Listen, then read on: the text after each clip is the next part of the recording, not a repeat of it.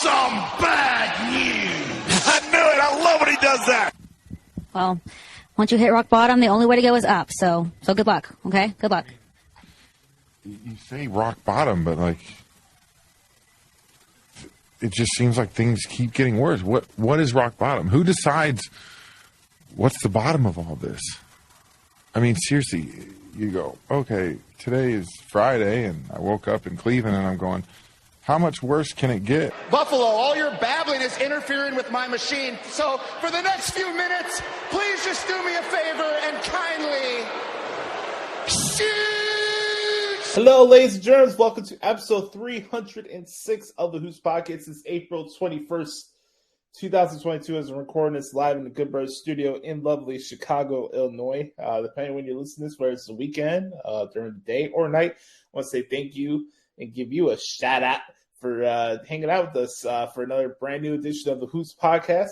The road to 500 continues, and also looking to get to the road of 200 subscribers on our YouTube channel. Don't forget, the Hoots Podcast is not just a podcast. We have the show available to you on our YouTube channel, youtube.com/the Hoots Podcast, or just type in the Hoots Podcast in your search engine, which you also can do on Google if you want to find us on our copial of audio platforms, a platitude of different streaming services for you to partake in this podcast. It comes to you free of charge every single Thursday on Apple Podcasts, Google Play, Stitcher, just to name a few. It is just truly the nefarious brother Adam, aka Joshie Lopez. You can follow me on Twitter and Instagram at Josh Lopez Media.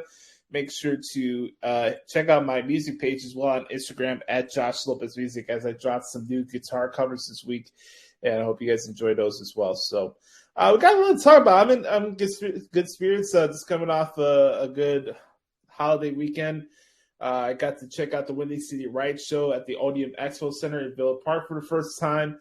That was my first time being in the building, and I'm glad I went because supposedly they're tearing the building down.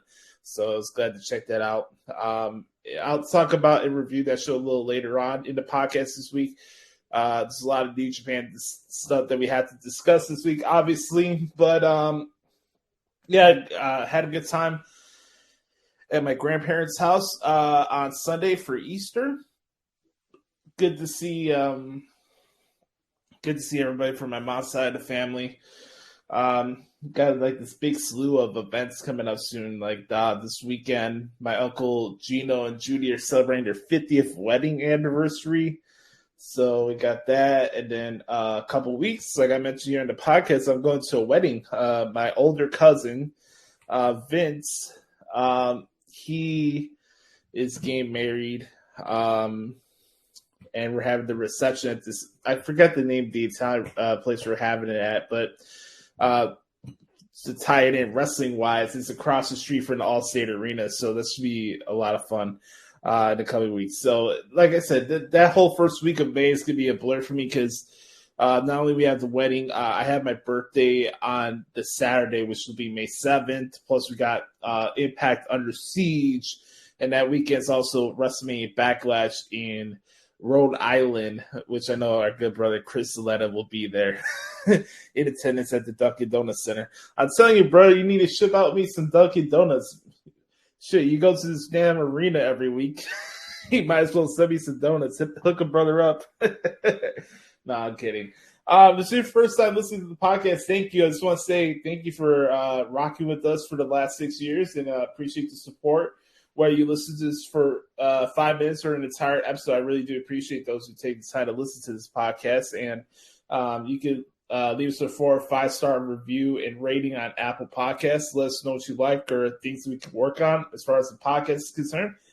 And just any general feedback. Hit me up anytime on social media.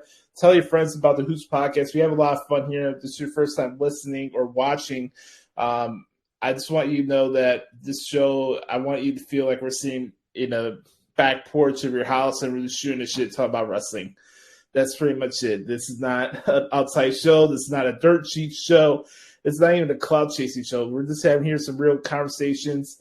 We have to make these work with our schedules, hence why some episodes where Carter is via satellite than he is on air with me. But I think that'll be coming. That'll be changing pretty soon because summertime is coming up soon, and his semesters and his educational duties may be simmering down for a little bit. So you may be seeing a lot more of Brett Carter in the coming weeks and months here at the Hoots podcast, and we can do more shows together. So just a lot of fun time, and I feel like episode 300 was just last week, but so much has gone on in these last 6 weeks that I kind of feel in some ways that this month's been kind of dragging. And not in a bad way, but there's like so much going on. We've had WrestleMania, obviously, Undertaker going to the Hall of Fame, Cody Rhodes coming back to the WWE, Stone Cold Steve Austin coming back and doing his thing, Pat McAfee stealing the weekend, all this stuff with AEW and New Japan. New Japan having their first standalone event in Chicago last Saturday. Impact's having the Rebellion pay-per-view coming up on Saturday, which I'll be talking about later on the podcast as well. Just so much going on in wrestling. It's hard to like really grasp it. And some people think there's certain parts of the year where things go slow or not. That was just the way the landscape of pro wrestling is right now. Whether you're a fan of pro wrestling or sports entertainment, it doesn't really matter. You can't deny the fact that there's not really a slow period. I mean, we got the Best in Super Juniors right around the corner. New Japan has a couple of stadium shows that are taking place in the beginning of May. And there's just a lot of wrestling going on right now. It's even hard for myself to catch up, but I'm trying my best. If you want to see my transcripts and my coverage of pro wrestling outside of the Hoots podcast, you can bookmark ProWrestlingTranscriptions.com, and you can see all my play-by-play articles for all the wrestling shows that are out there. So go check that out. All right. All the plugs are out of the way. I just wanted to say, let's get into the Good Birds Q&A session, shall we? Let's do it. All right, here we go. Start off as we usually do with the good brother Chris Zaletta at XTeenZaletta24X on Twitter. He says, "What up, Boost? Here's some questions for the Q&A this week. Which match did you enjoy the most at Windy City Riot?" I'll expand on more of this in the segment when we do it later on, but my favorite match of the show was Minoru Suzuki versus Tomohiro Ishii. So that was my favorite one of the show. It was just a phenomenal experience to finally see that in person, and I'll explain a little bit more why that one really resonated with me when we get to that segment. But that's a good question. Yeah, the Ishii Suzuki one was my favorite. How good do you think Gable Stevenson can be once he gets to WWE? Well, I'm not going to put any ceilings above him, and I'm not going to put him in the box either. I already see people like, oh, he's going to be the next Kurt Angle. He's going to be the next Brock Lesnar. I just want to see what this guy does. I know next to nothing about his personality. The overhead belly, the belly suplex that he did at Chad Gable was fine. I saw it at Dallas, and I don't know. It's some ways I've been kind of seeing on social media that people are already starting to, I wouldn't say hate Gable Stevenson, but they're already trying to find reasons to doubt him. God, Twitter is such a fucking cesspool of morose, insecure twats that feel the need that they need to look down on every performer if they don't come for the indies and blah, blah, blah, blah, blah, if they're not over the fucking Twitter crowd. Folks, here's a reality check. Wrestling Twitter is not cool, okay? You twats need to get out of your house and get a fucking life, all right? Let's start off with there. That's some advice from Joshie as we start off here the podcast this week. You guys are not cool. You're not funny.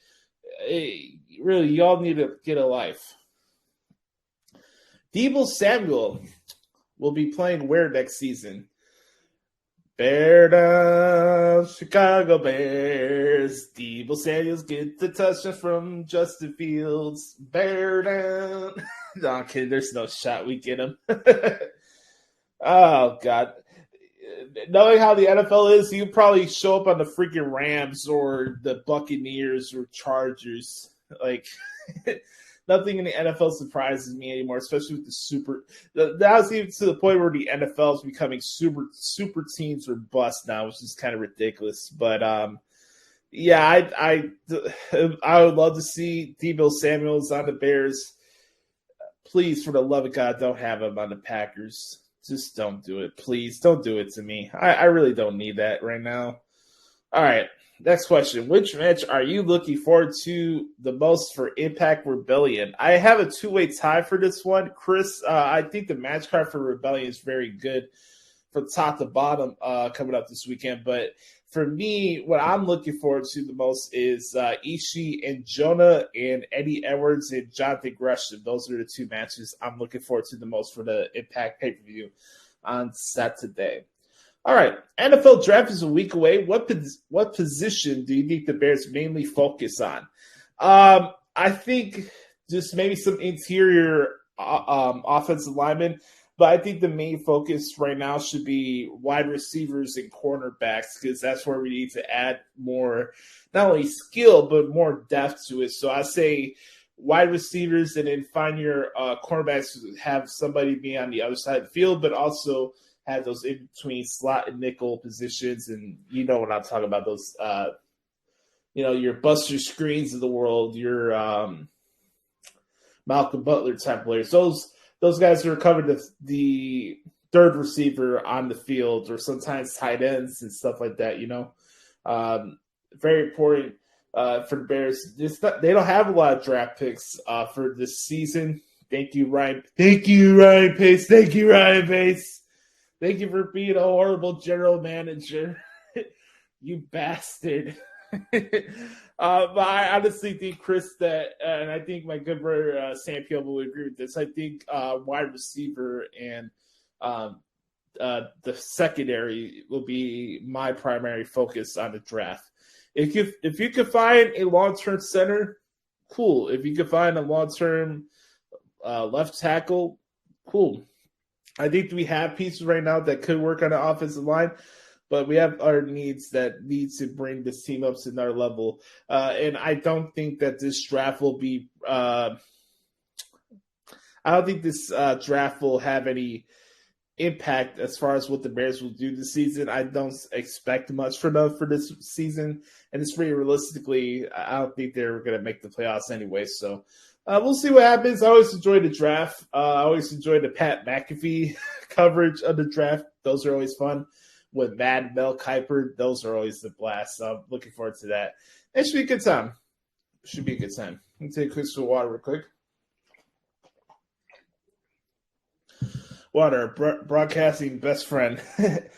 With Roman Reigns having both titles, do you think we get a program between him and Orton at some point? I would love to see that. I would like to see a match between Roman Reigns and Randy Orton. They had a couple matches in 2014 after the Shield broke up, but I never considered that an actual program with Randy and Roman. It just has to be at the right time, and I think that's something that you could do. Is Roman Reigns and Randy Orton a SummerSlam match? I'm not opposed to it for a world title. Is that something like a program you want to have in the fall of 2022? You have your options. You could go about it, but I wouldn't mind seeing that. I think that'd be pretty cool, actually. Who do you think will represent New Japan for this Super Show? And then the last question we had was Forbidden Door possible match card. Well, Chris, you're going to have to listen to what the hell is wrong with AEW. So I'll give you that card later on, pal. Thanks for the questions this week, my man. I appreciate you as always. Next, we go to the good brother Mike at Main Event Swerve. Good brother there. First question he said here. On a scale of Shockmaster for worse to like Cody Rhodes returning at Mania, where do you rank Saddam Singh's debut last week? I say closer to Shockmaster in that they tried, but just fell flat, in my opinion. Oh, God. Shockmaster is not a bad option, but I say I will compare the Saddam Singh debut in AEW to Lord Tensai, if anybody remembers that. So I would say if you want a comparison, you can do Tensai and Saddam Singh as far as underwhelming and just very odd looking debuts in wrestling. So Yeah, that would be one off the top of my head. And another question here, he says, I'm actually curious about the transcription process. For instance, do you use certain tools or techniques to make it easier, like pedals to type, headset, anything like that? I'm interested in transcribing stuff, but not wrestling because that's tough to do. I'm glad you asked that. I'm always open to people asking like the process behind my articles and stuff, and maybe one of these days I'll make a video about it and show you how I go about it. And it's a very unique process. I had somebody tell me about labor work the other day. If people tell you that, like, people who cover anything, or make transcripts, or a stenographer, anything like that, and they tell you that there's no labor to it, I think you're full of shit. I'm just being honest. I know one of these days my fingers are going to be really fucked up from doing this and playing guitar, but that comes with the risk. But I really do my best to make sure that I'm, like, not doing any damage to my fingers. I try to keep it loose as I can. I relatively healthy and stuff like that. Just anything like you do, just keep yourself going. Like, honestly, I feel really good right now, like, just overall. And there's a labor aspect to it because it's mental. It can be mentally draining, pushing through, especially if you're doing 5 articles in a day, like I would sometimes on a Saturday. Saturdays sometimes are like my least favorite days of the week, or like you're saltering through a 5-hour New Japan pay-per-view and you're trying to push through and stuff like that. It's a process, but I'd say for me, my technique and behind the scenes process of the articles is pretty simple. Before every show that I do, I make an outline, basically a format of what I think the show will go. I have a pretty good educated guess on what the formats of the show will be like. And, like Ross Sapp will like post like the spoilers for the formats for like whatever the script is for Raw. I kind of have a hitch of that, and I don't even have sources in WWE. I kind of have a feel of how the shows will be formatted and what type of matches we'll be seeing. So basically, I'll make an outline of the matches for the show and segments. And let's say for a WWE show, I'll use the TV format so it's easier for people to see. So I'll go literally segment by segment. I have the discretion to choose which promos and stuff that I will transcribe from the dialogue. Every match, I'll do it outside of the 24/7 stuff because I'm not typing that out. But when it comes to the WWE articles, especially like Raw or SmackDown, I'll have that same format. And if there's a pay-per-view coming up before the main event of that article, I'll put up the updated card for that show. And I do it for a reason, because there's so much of detail that goes into my transcripts. It's not just about what's going on with the show for that particular episode, but it's what's coming up. I really tried my best to make sure that the transcripts come off as the ultimate hub of context and substance and stuff that you're not getting from other websites that were just copying and pasting each other, or, trying to summarize what happens in the show halfway, summarizing this and that. Like, I leave no stone unturned when it comes to transcripts. You're going to find out every little thing that happened on the show. I'm not going to give you my booking takes. I'm not going to give you any star ratings. I'm going to tell you what happened on the show and leave it at that. I'm not responsible for promo segments not making sense. I really don't care about the wins and losses in wrestling or the booking decisions for finishes, because I'm not in that. I'll care about it once I'm in the industry. And the articles is there. Like, let's say like an AEW transcript, I'll have an outline. Usually they do a good job of announcing like who's wrestling on Dark or whatever, and they'll have the match cards and stuff like that. And I will have an outline, and I actually do take time out of the day to be accurate with the wins and loss records. and I add the wins and loss records to each performer in the article. Now, a little different here. Like, I don't have any power rankings. I can't tell you the standings of who's this and that in whatever divisions, because as much as AEW likes to tout that they are sports-based wrestling, they don't have defined divisions. They don't have set people in certain divisions unless you're a tag team, but they have fucking 30 tag teams, so you can't figure out who's in the top 5, top 10. And the way they rationalize their power rankings is so stupid, because in rankings, you should validate by who you're beating. You know, you can have Red Dragon beat 6 and 7 job tag teams on Dark and Elevation, but are you really at that high of a level to constitute a title shot? That's another time for another time, but I want to keep on with this. So, like, basically, like I said, just whether it's an NWE show, MLW, New Japan, any of the other shows that I cover, it's still the same thing outlined before the show, so I know what I'm following along with. Type out the match. And as far as, like, stuff that I use, I record the show. No, my bad.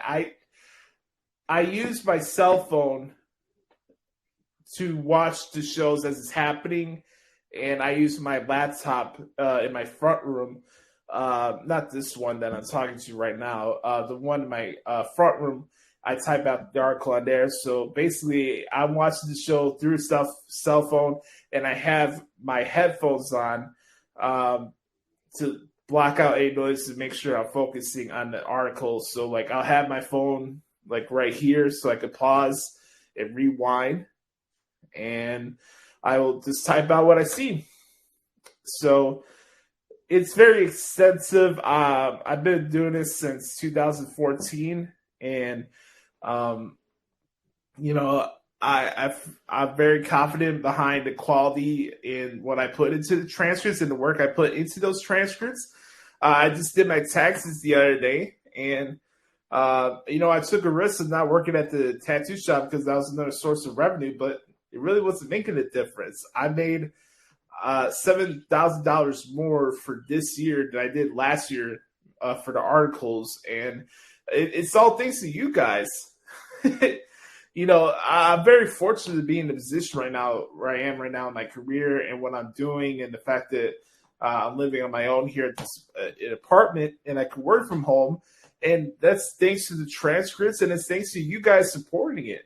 It really is. Like, I'm very grateful to have this avenue to say, like, hey, this is my work. I spend nearly 50 to 60 hours a week on professional wrestling, and I love what I do. I love my job, so life's good so far. I really can't complain. So the process is very in-depth. Like, when it comes to, like, transcribing wrestling matches and stuff like that, I have Excel sheets of move sets in case I get lost on a certain performer's move. Plus, there's so many moves that have so many different names attached to it, and moonsaults, and 70 different ways to describe a lariat. It gets a little ridiculous at times, especially when I have to type out certain submission moves from Zack Sabre Jr., for example. But all in all, I'm following along with what the commentators are saying. I always say that Kevin Kelly and Nigel McGuinness and Matt Striker, those type of people, really are the cognizant of really helped me understand what the name of the moves are and how sequences are called. And a lot of it is just art of repetition and, you know, just studying the product. And I know the standard basic holds and stuff like that. And it's just following along. And I make sure that I'm cognizant of the different parts of the match where I can separate what I'm writing in one long form paragraph. I cut it out in different parts. So if there's a spot that goes to the outside and they go to a commercial break, I will stop that part of the transcript, press, you know, the next, like, you know, space there to separate that, to divide the transcript. So you're getting the different parts of the match. So if it's like a New Japan show that's like 35 minutes of a match with let's say Hiromu Takahashi and El Desperado, you'll probably get 4 or 5 paragraphs out of that. And I'm telling you different parts of the match. I will acknowledge what's going on with the referees. And I really treat it like a sport. I really do. I treat it just as if I was transcribing a baseball game or something like that. I'm open to doing different type of transfers, but my transfers are so unique because what I'm covering is unique. I don't know if there's any literally 100% websites that are dedicated to just strictly result pieces and transfers of what I do.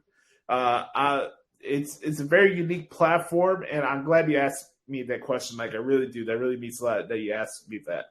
All right, the last set of questions this week comes from the good brother Nate the Great at Psycho Nagiri. Hope you're doing well, my man.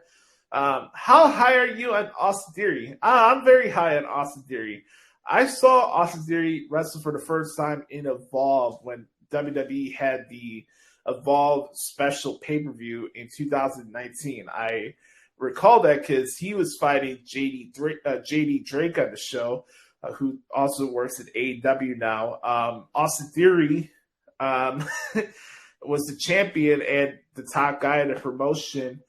And I see how good this kid is. I've watched some of his interviews that he did for WrestleMania weekend, and I know maybe his finisher is not that impressive where he, does like a tornado knee smash where basically it's like you got somebody in the F5 position, you spin them out, and it's like you lift your knee up. So that's like a knee smash, basically. And I what's he call it? The 8-town down, whatever that's called. I think that'll change in time, but him being the protege of Vince McMahon, him now being the new United States champion. Shout out and congratulations to Austin Theory. That's pretty cool. And he delivered at WrestleMania.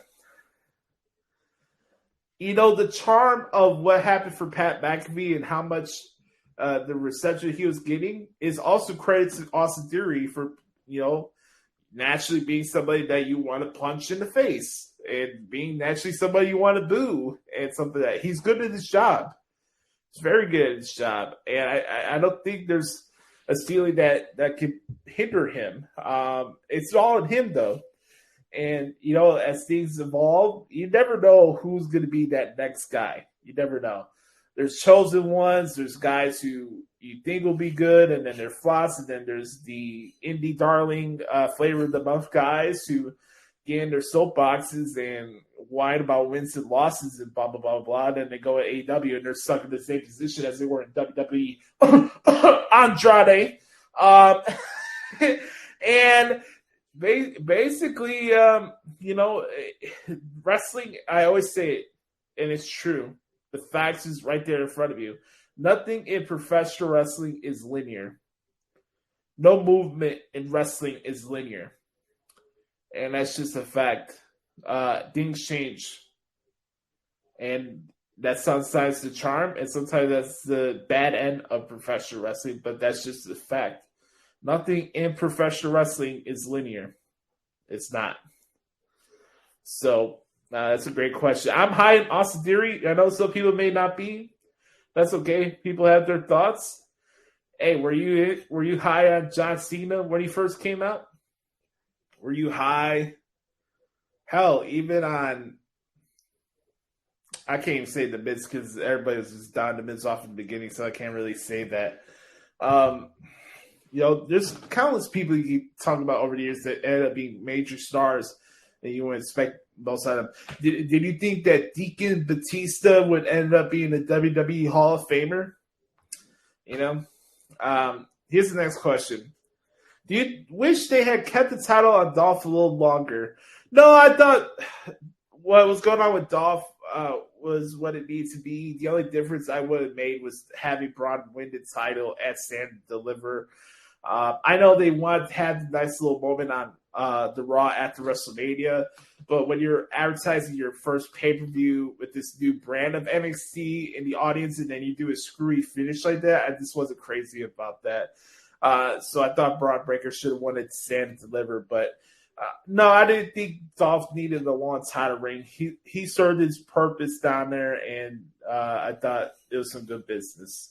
The last question this week is, when do you think the women's titles will be unified? It seems inevitable.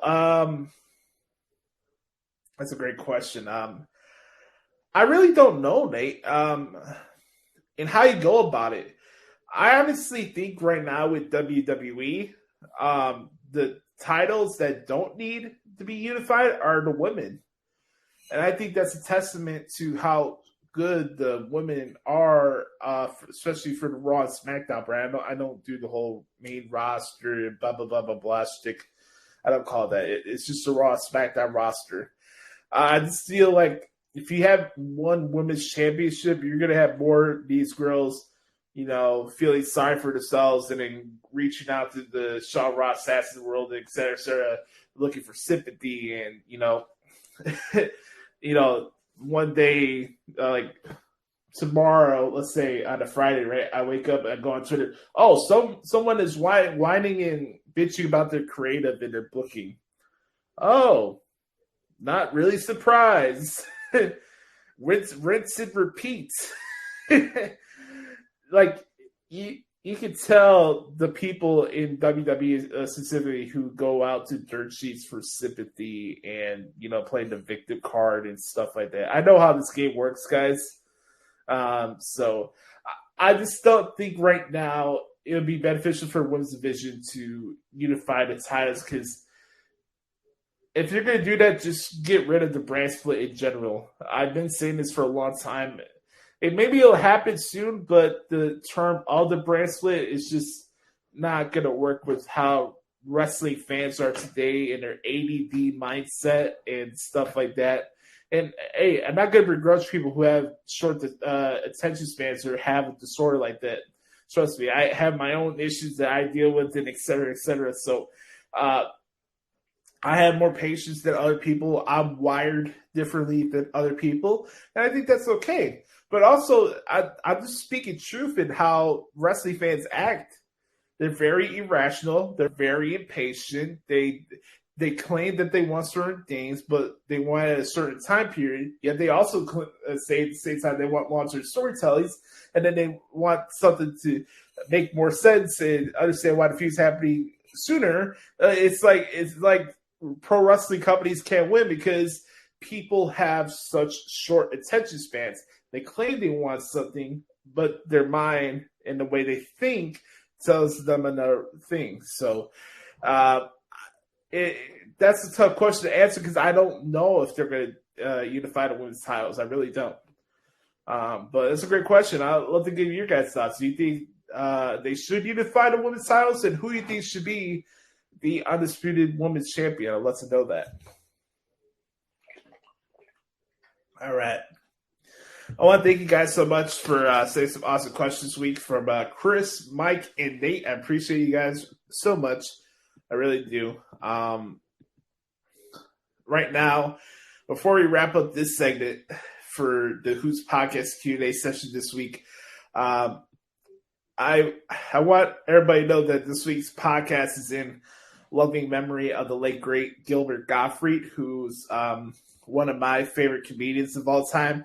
And I think we're going to go back to our roots here, the Hoots podcast. A lot of it was based on comedy and stuff like that. And I wish my guy Adam Day was here to talk about this, because he'd be the perfect guy to describe the type of comedy that Gilbert Gottfried brought to the audience. And Gilbert Gottfried was a legend, gone after a very long illness, passed away at the age of 67 last week. And I was watching some of his infamous roasts that he did on Comedy Central, and I figured as we wrap up this first part of the podcast, I'll play a little bit for you guys to wrap this up. So when we come back, I'll see what happened this week in WWE.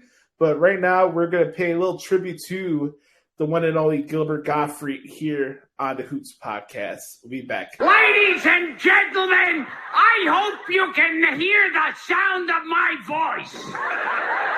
This microphone is covered by the thick layer of pubic hairs that shot from between Jane's teeth.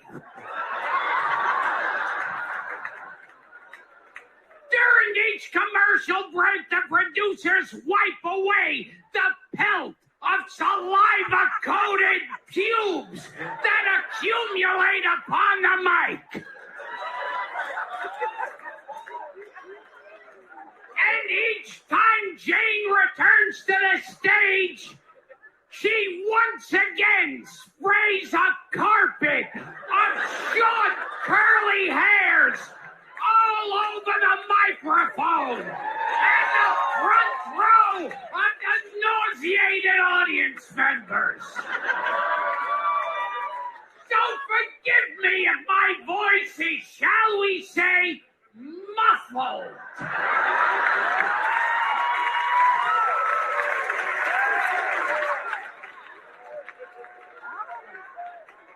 Carrie Fisher, thank you for visiting us from the past.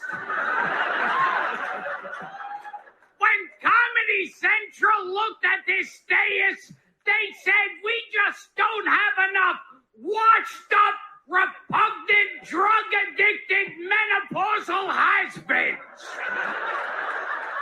Get me Carrie Fisher.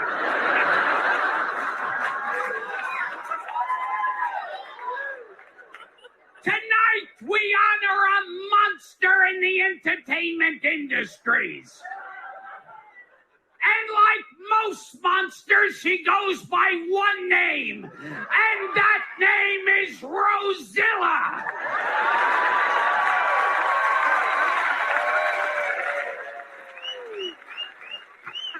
Rosilla! She's been described as being covered with a thick layer of scaly gray skin, emitting a strong, disgusting odor of taco grease and ass cheese.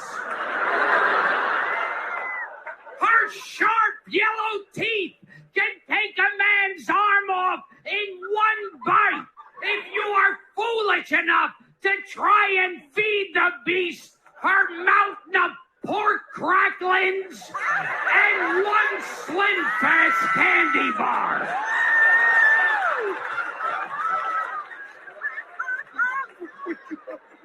Rosilla! Stomping through Hollywood for decades, breathing fire from her hairy snout, burning bridge after bridge, her glowing red eyes striking terror in the heart of anyone unfortunate enough to look in her hideous face.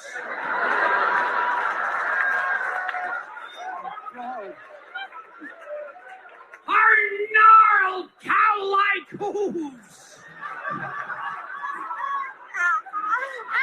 crushing and destroying everything in her path, stopping only to feed every 10 minutes and make one sitcom decades ago. Her rolls of fat swaying and crashing like a Japanese moonami. Rosilla! Or as she's known in Tokyo, Rodia!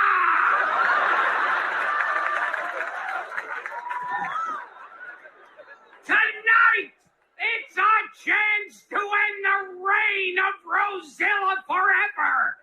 And don't forget about the tail, powerful enough to sweep an entire ox into her throbbing colon. People always forget about the tail. They say, let's get Rosilla. I say, but what about the tail? They never remember the tail.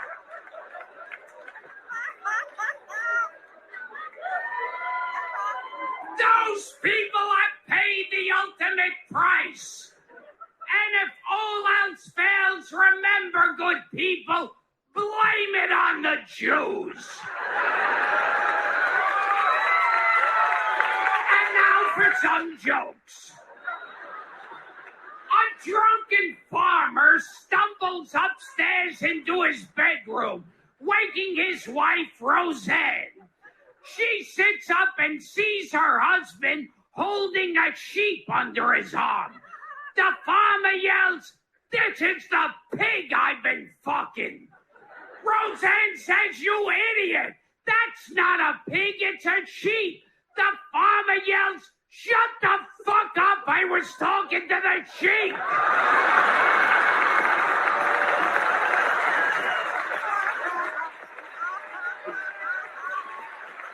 Thank you. Good night. Welcome back, everybody, to the Hoots Podcast. It's time to talk briefly a little bit about what happened this week in WWE. Not going to be too long as last week's segment. Just want to go briefly over my takeaways from Raw and SmackDown this week.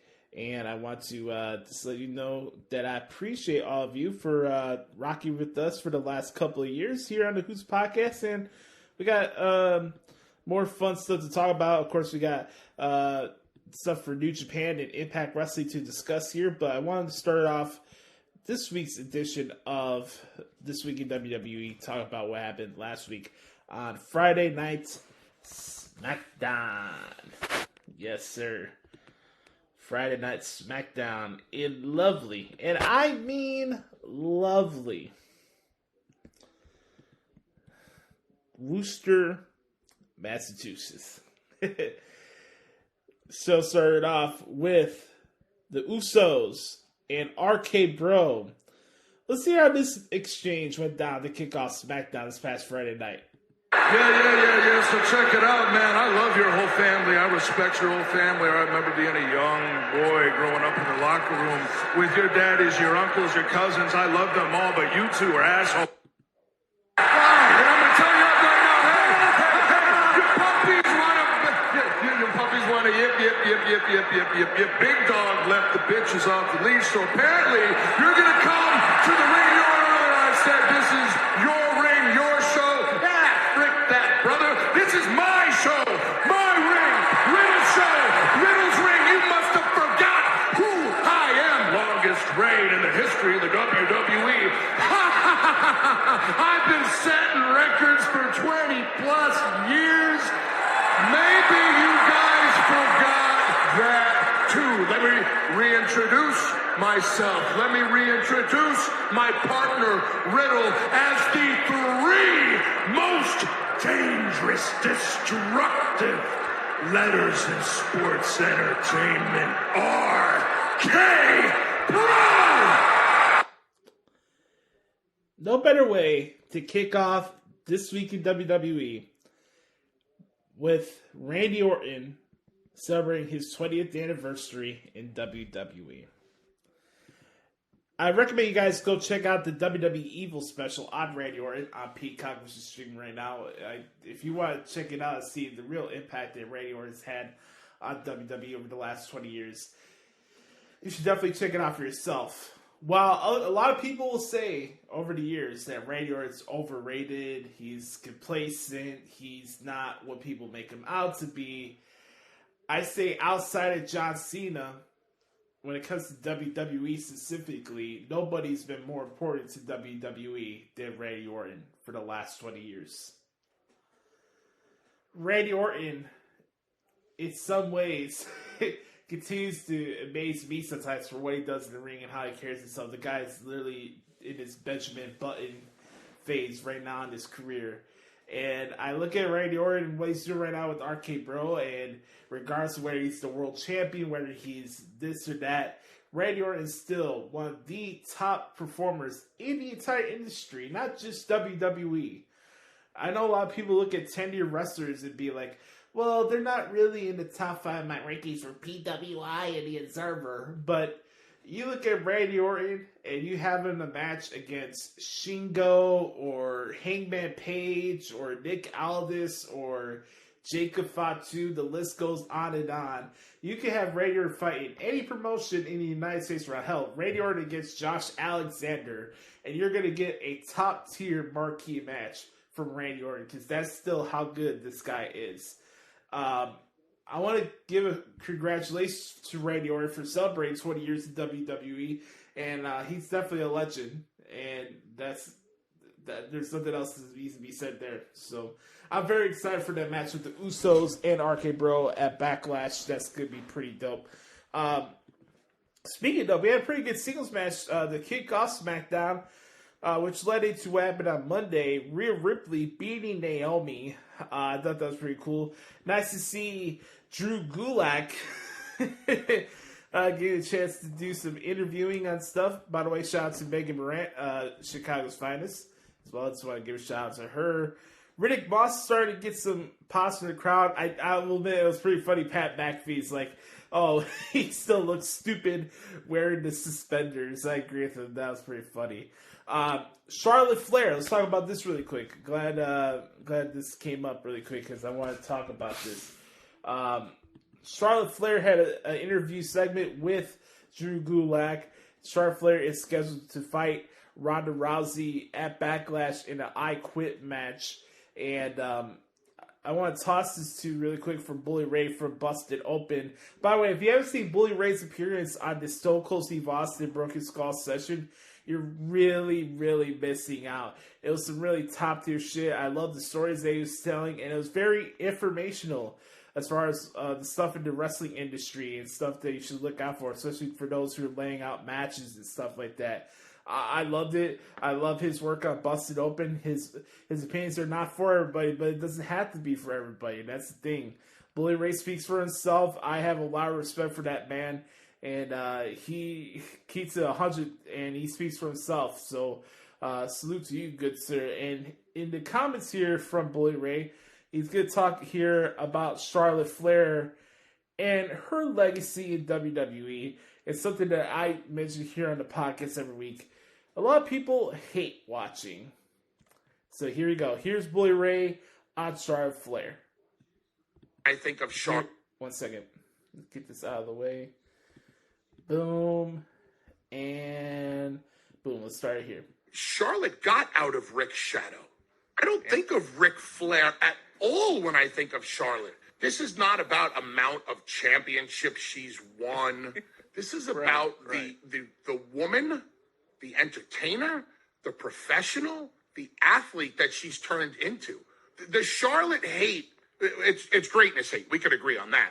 It's greatness hate. Jealous. Oh, yeah. Becky fans are jealous of Charlotte. Yeah. Bianca fans are jealous of Charlotte. Bailey fans, Sasha fans, they're all jealous of Charlotte. I'm not saying that these ladies are jealous of Charlotte. I'm saying these ladies' fan bases are jealous of Charlotte. But after 30 years, I know what is good and what is not good. And that woman is better than good. That girl is amazing. I don't even know the right word anymore. If Charlotte Flair were to... If Charlotte Flair was to stand in the middle of a ring and say, screw Roman Reigns, acknowledge me, I'd buy into it.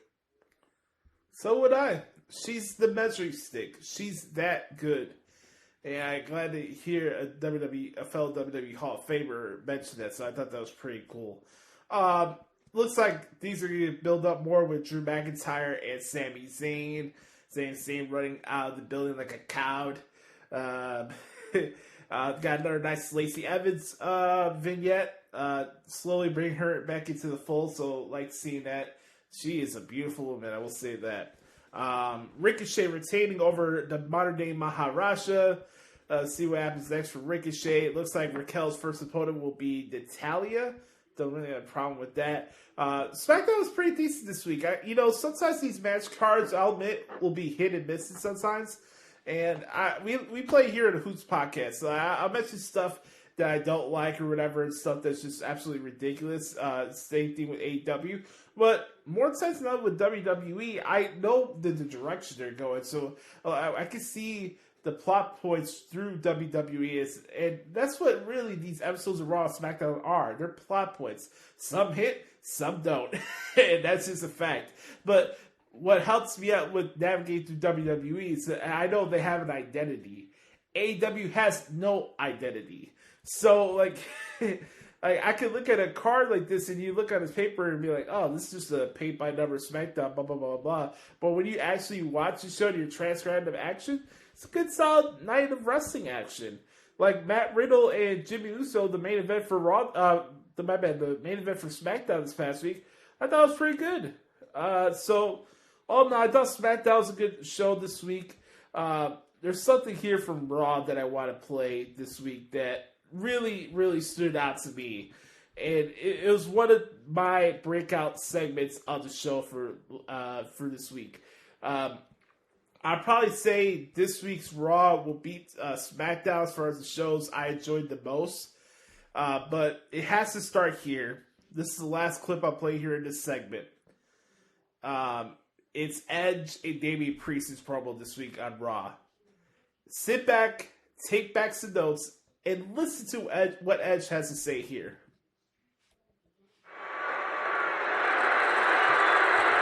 I'm sure you're all asking yourselves, what was that last Monday? Why are Edge and Damian Priest so set on making AJ Styles' life so miserable? Well, apparently, you all need to be reminded as to who the hell we are. David's right.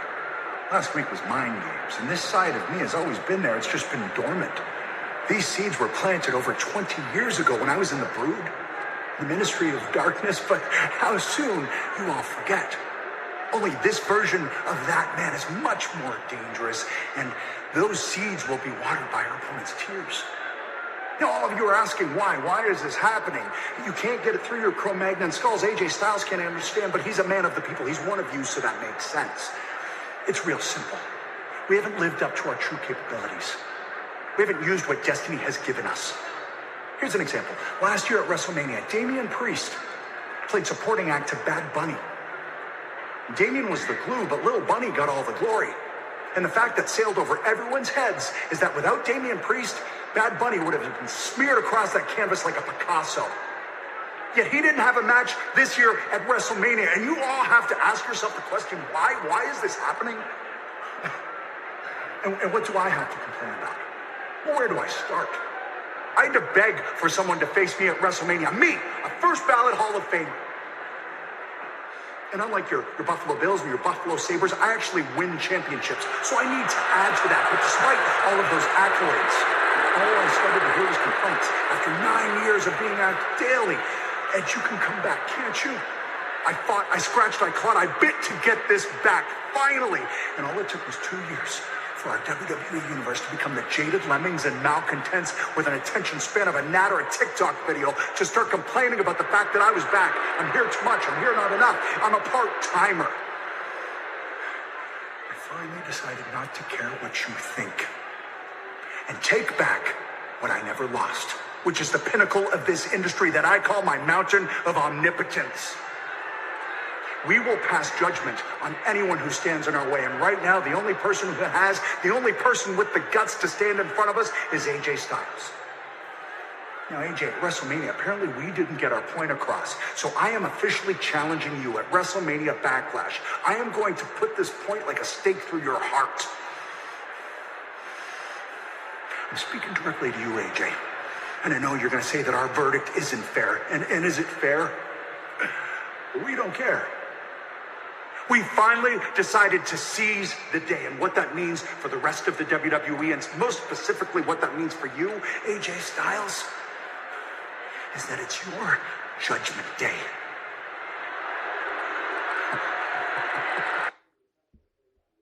Bravo. I mean, what else can I add to that? Does that ring a bell of everything that I mentioned on this show every single week for the last 6 years? Jaded malcontents with the attention span of a TikTok video? We're in the TikTok generation. Jaded malcontents who can't think for themselves, but also have the attention span of a fucking TikTok video. I don't know how much better to say that. And Edge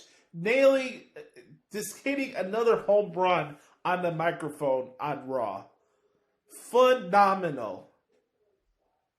Oh, this is Rana. Why they're doing the purple lighting? Oh, it doesn't make sense.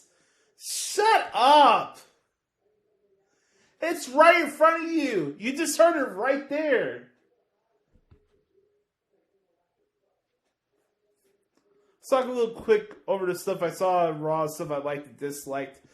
Slow burn going into this Cody Rhodes, Seth Rollins rematch. A lot of people talk about, how's Cody Rhodes going to be treated?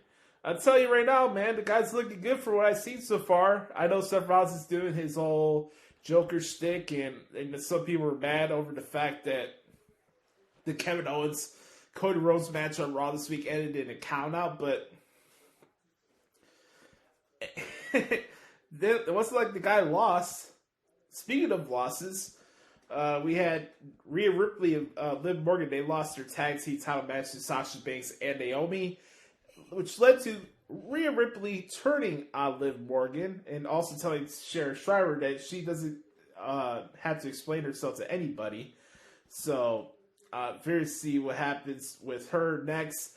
Looks like we're having the corporate clown herself, Sonya Deville, abusing her power Jones.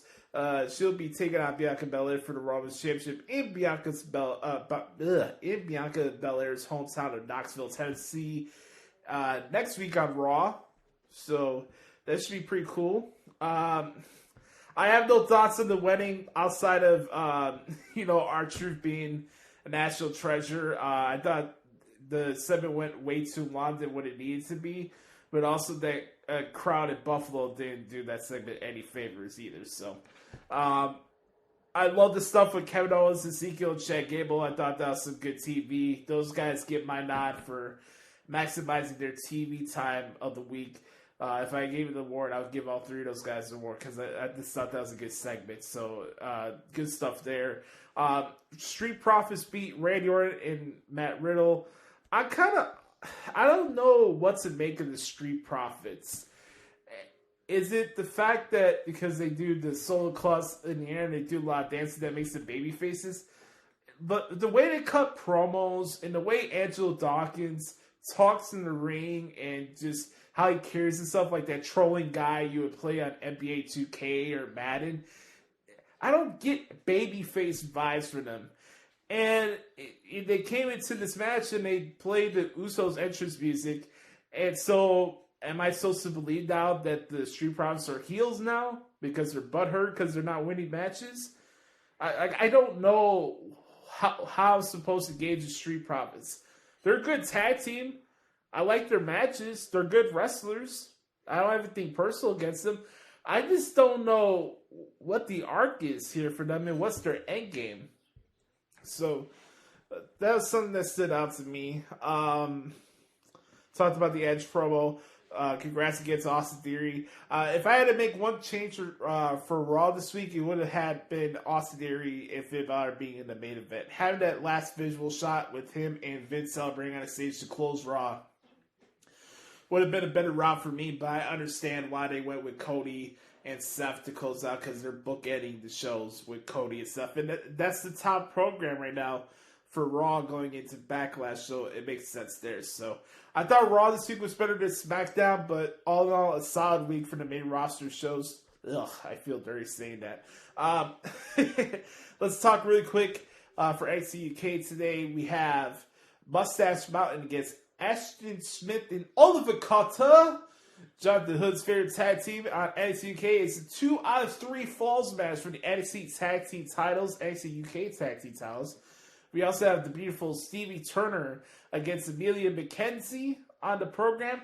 And there's a back alley brawl with Sam Gradwell and Kenny Williams, the cockroach. That should be a fun show. NXT UK continues to deliver the hits. Fun program to transcribe each week. I love me some NXT UK. And then, that's pretty much it. So that's my thoughts on what happened this week in WWE. When we come back, I'm going to briefly give you my thoughts on what went down for Windy City Riot and make some predictions for this Rebellion pay-per-view coming up on Saturday for Impact Wrestling right here on the Hoots Podcast. What's good, everybody? Welcome back to the Hoots Podcast. One more segment here to do before we get into our main event segment of the show, which is What the hell is wrong with AEW? Don't forget we have the return of Brett Carter this week to the podcast, which also means we have a brand new edition of the Thoughts of Dericho as well for you. A nice jam-packed edition of the Hoots podcast here for this week. And in this segment, we go outside the WWE and AEW bubble here and talk about what goes on outside those bubbles and what else is around the world of professional wrestling. So with that, let's start it off with this. And I gotta tell you what, man. This event on Saturday was a fucking blast. I had a great time. I went to the Odeum Expo Center on Saturday with my good friend Dedrick Cologne, who I went to broadcasting school with at the Illinois Media School, formerly known as the Illinois Center for Broadcasting. And I've known Dedrick for about 7 years now. We had our good friend KG, who was my mentor at the school and a close friend of both of ours. And it was cool to go to the show with him for the first time, just hanging out with him and stuff. And we had a nice little parking spot that we got lucky at the venue. It was my first time being at Odeum, and I didn't know how close the venue was to my house actually, because I'm in the north side of Chicago, and the airport is not that far away from my house and O'Hare. And I found out that Villa Park is like 10 minutes away from the airport. I'm like, oh, this is pretty cool. It's not that bad actually. So we went to the show. And we were in different sections. I was at ringside. Dedrick had a different seat at the show. But this is my first time watching New Japan Pro Wrestling live in person. It was my first New Japan event that I ever saw in person. And it was a special night for me, especially because I spent the last 7 years or so transcribing New Japan events. And, you know, I've gone to say countless times that New Japan is my favorite promotion outside of WWE, right? And getting to see these guys perform in person for the first time, like Will Ospreay and Jay White and the Japanese guys like Nagata. Like, I got to see Yuji Nagata have a barn burner of a match with Tom Lawler. Like, I got to see the United Empire in its full intimacy. The Great O'Khan was there. Everybody. And of course, what everybody's been waiting to hear me talk about, of course, is Ishii and Suzuki, and I'll get to that in a couple of minutes. But just that experience, you know, I had a very good, fortunate, I had a really nice seat at ringside. I was right by the side, and maybe some of you guys saw me there, but I was right there right before Jon Moxley and Will Ospreay started beating the shit out of each other in the crowd. There's a lot of takeaways that I have from this show. I'm not going to break down every match or whatever, but there's a couple things that stood out to me. First off, the Chicago street fight with Finn Juice and Brody King taking on Jonah Slapjack and Bad Dude Tito. That match was insane. That was a lot of fun to check out as well. That was a barn burner. Cool to see Shota Umino make his New Japan return against Jay White. Pretty long match, but Jay White did find a way to win with the Blade Runner. So I thought that was pretty cool. What else? You know, United Empire taking on the Bullet Club with Scott Norton. I never thought I'd see Scott Norton in the match. He's a former WCW wrestler and stuff like that. So that was pretty cool to see. Just the event from top to bottom was just a blast. Like, hell, even that 10-man tag that they had with Fred Roster, Chris Dickinson, Josh Alexander, Ren Narita. I forgot who else was their other tag partner, but Alex Coughlin as well. That guy's a fucking beast, man. That guy is strong as shit. And they took out Team Filthy, you know, Danny Limelight and his crazy ass, and just the whole crew there. That was a fun match. It was really a fun pay-per-view, and I know there was reports about some really bad streaming issues on Fight TV, which I hate seeing that. That's really unfortunate because we had a blast in that venue, and it was a good crowd. It was a very nice turnout. It was really cool just to be in that atmosphere, that just, you know, getting to see that ring for the first time in person. You know, seeing Kevin Kelly and Matthew Raywall being like 20 feet away from me, which is pretty cool. Like, you know, here's Kevin Kelly, a guy who's been a big part of my career just being an inspiration and, being a source of reference for me when I'm covering these New Japan events. And that's pretty cool. There's Kevin Kelly in the flesh. That's pretty fucking cool. And, a fun story here before we get to Ishii and Suzuki. For the main event, which I love the match. Jon Moxley and Will Ospreay was a lot of fun to watch. But everybody wants to talk about the standoff in the crowd.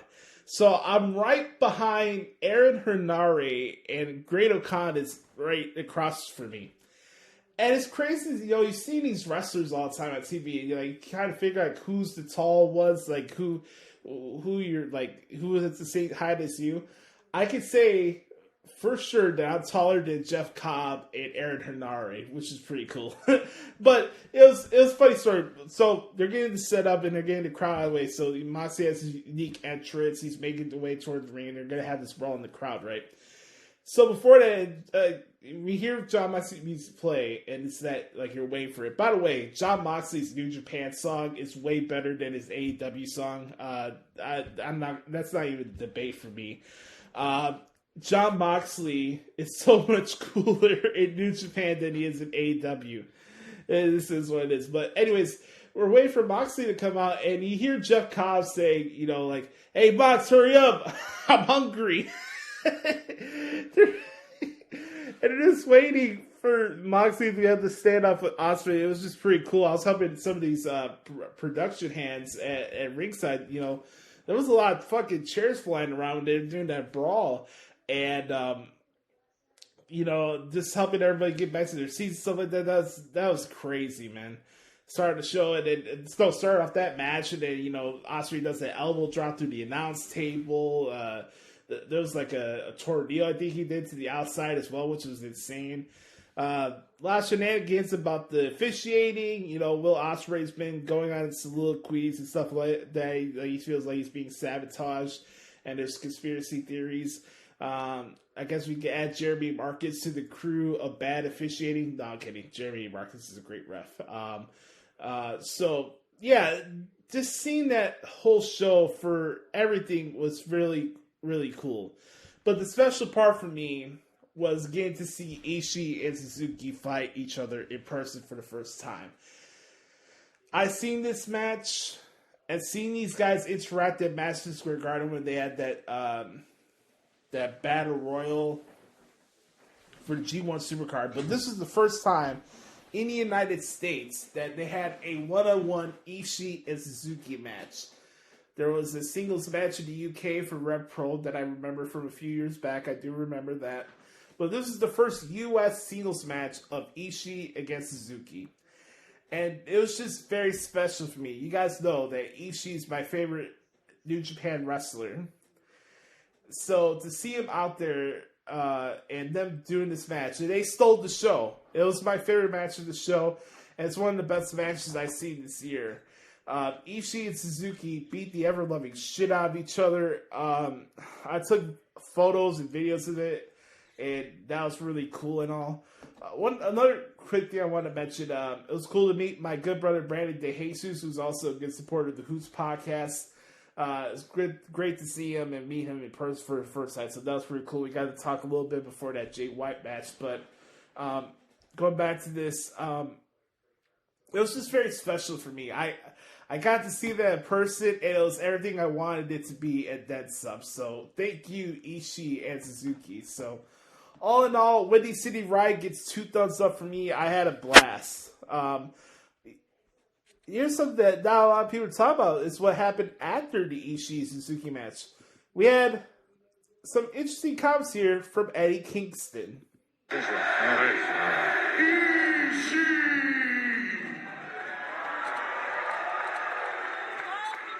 Amazing match. You are an amazing fighter. You are the strong style Pitbull. But guess what? Oh wait, let me not forget. Trained by Tenryu and Ricky Joshie. 2 men that I idolize. You, strong style.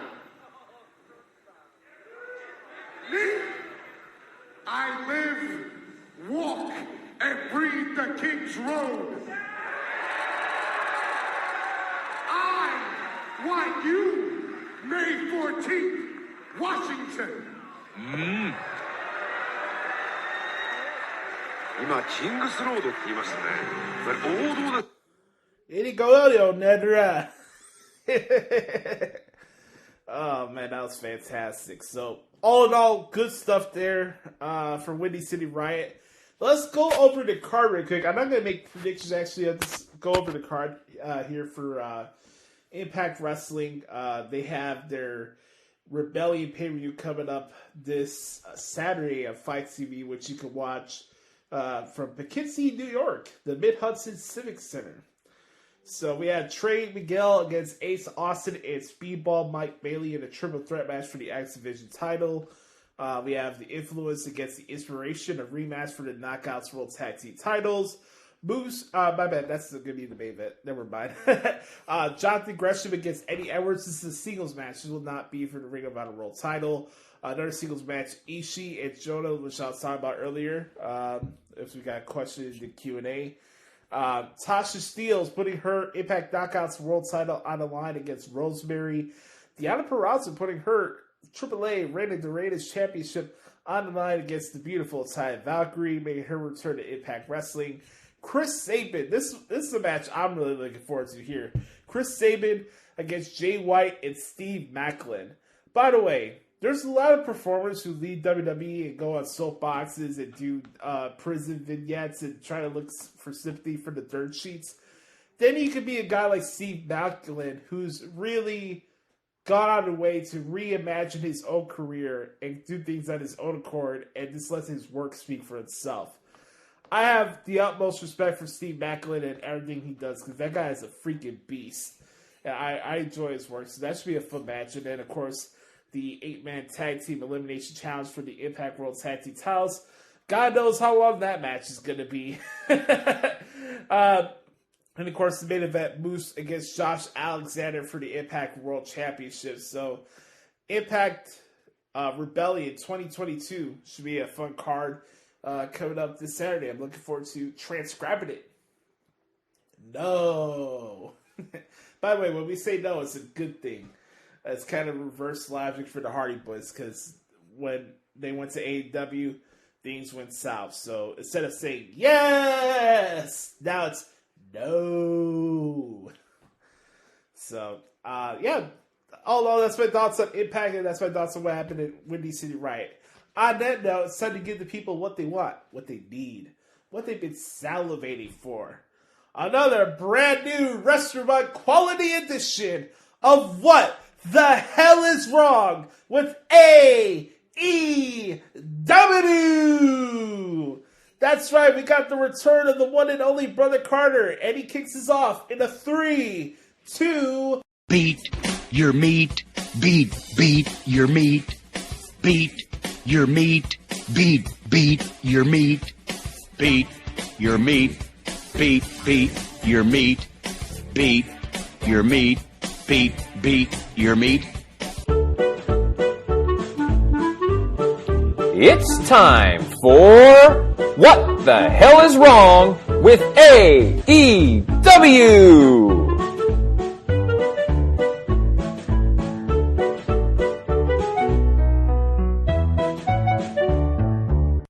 What the hell is wrong with AEW?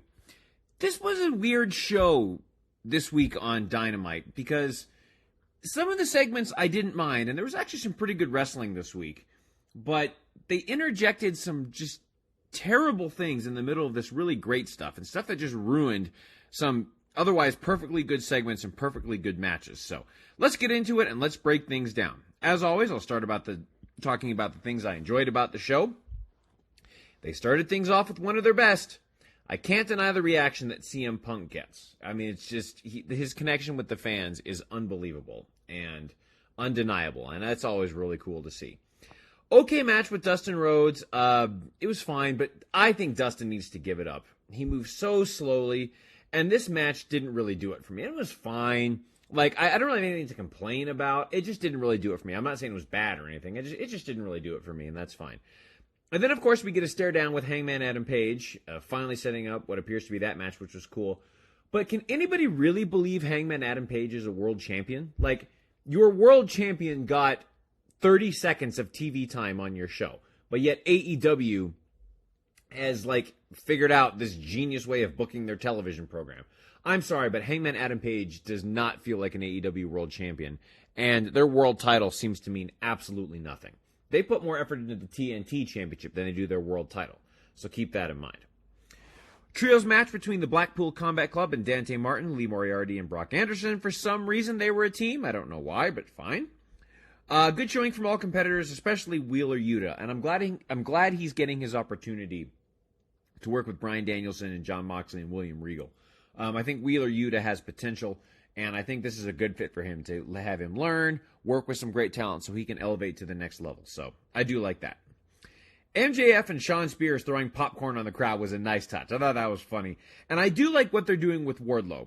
They got the security, handcuffs, no music, all that stuff. I think it's a nice element to what he does. So that was really good. We'll talk about the match here in just a minute. Good match with Kyle O'Reilly and Jungle Boy. I enjoyed that.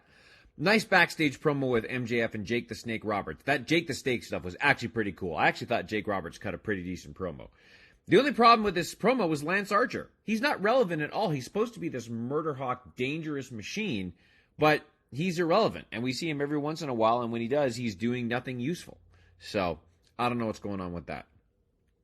Apparently, Sammy Guevara is heel now. Fine.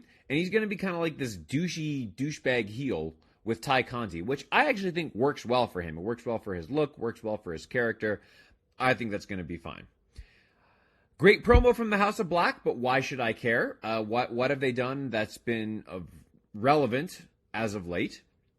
And the final thing I'll say I like is a cool ovation for Britt Baker, and it was cool to see the Pittsburgh Steelers, Najee Harris, and Pat Freiermuth with her. That was pretty cool. I really enjoyed that. And now let's get to the crap. And boy, is there a lot of crap. I'm going to say 3 words that I hope will make you roll your eyes. Ready? The Undisputed Elite. Give me a freaking break. How much more of a WWE ripoff can you get? And now we're going to get a useless 10-man tag match that nobody wants to see.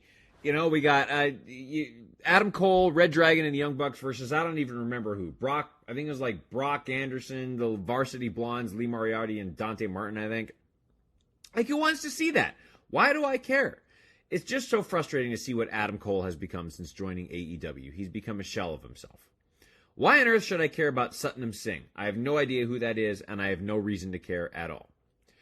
Okay, and now we get to the big announcement that Tony Khan had to make. And that is the AEW and New Japan Pro Wrestling crossover event. United Center, end of June. I will say it will probably be a fun show. The show itself is probably going to be a fun show and a fine show with some good matches. So fine. But once again, AEW is resting on the laurels of other companies, and they care more about making moments rather than they do about telling stories and giving me a reason to be invested in these characters. They're just relying on the internet hardcore mark wrestling community to bring in, they're a very, very, very small percentage of the wrestling fan base in the world. And AEW just pays all this money to appease a very small amount of people that they think are going to pour all of their money into this company. It's going to run out eventually. And then, how exactly does this benefit New Japan Pro Wrestling, right? They tried this partnership with Impact, and we saw how well it turned out for Impact. So this is a bad decision for New Japan Pro Wrestling. They're pandering to Meltzer and Alvarez, who think that New Japan is the greatest pro wrestling promotion of all time. They're pandering to those idiots. And the same thing is going to happen with New Japan Pro Wrestling. It's going to deteriorate, and AEW will swallow it up. It's going to be bad. Why does the Butcher deserve Pyro? What has he done to earn Pyro? He's terrible. And we knew Wardlow was going to win, and this was a really sloppy match. The Butcher is awful, but yet somehow he gets this grand entrance. I don't understand it. Okay. The AEW commentary team is the absolute worst. Their banter during the Kyle O'Reilly and Jungle Boy match was awful. And they didn't know where to segue. They didn't know what to say. They're trying to make jokes that weren't funny. That was a whole episode of Botchamania, was that commentary team. Just throw Insipid Taz commentary in there and you're golden. What the hell was that Hook Danhausen crap? And what is the hype with Hook? He's very generic. And Danhausen is a stupid stooge clown who curses people. I don't get this at all, but for some stupid reason, the AEW marks went nuts for this crap. It's ridiculous, and AEW fans should be ashamed of themselves for liking this bullshit. This is just another reason why AEW fans need to go home and stay home. I'm sorry. They are the worst. Why is Red Velvet with Jade Cargill now? What the hell is the point? What the hell is the point of that? She's all of a sudden going to randomly turn heel now. This storytelling and booking makes no sense. So the Men of the Year, are they faces now for some reason? And then we get this random ladder match for the TNT Championship. Perhaps something that could have been better promoted. All right, ladder match, done. Like, I thought ladder matches were supposed to be a big deal, but AEW takes all these things in pro wrestling and overdoes them and overuses them to make them not mean anything anymore. Look at things like a ladder match. Look at things like thumbtacks, which we'll get into in a minute.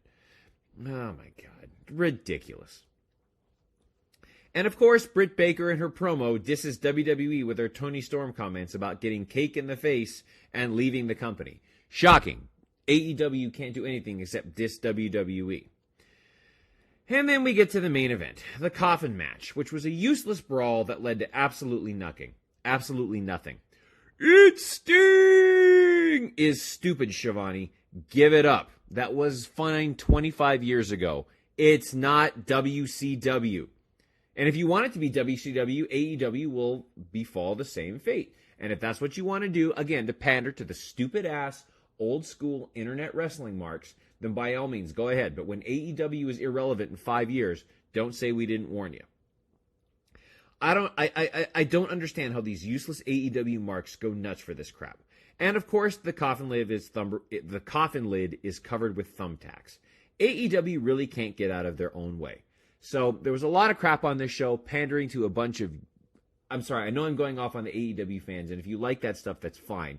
But I just don't understand how anybody can take this as credible professional wrestling. It's useless, it's crappy, it's terrible booking, and Tony Khan should be ashamed of himself. Seriously, what the hell is wrong with AEW?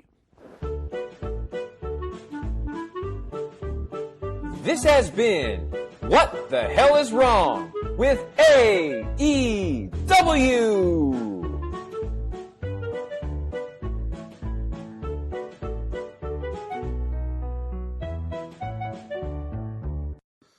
Thank you very much, Brother Carter, for the submission this week.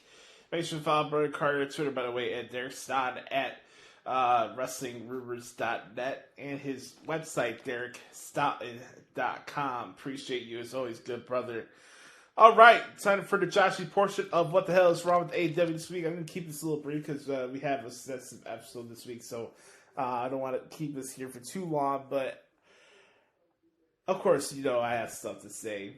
It's stuff that you won't hear on any other podcasts or other sites that are trying to get jobs with AEW. Welcome to What the Hell is Wrong with AEW, Joshie edition, aka What Isn't Wrong with AEW. And let's play a little game I'll call Cap or No Cap. And I'm just going to blur out a couple things about AEW and narratives and things that I observe for their shows.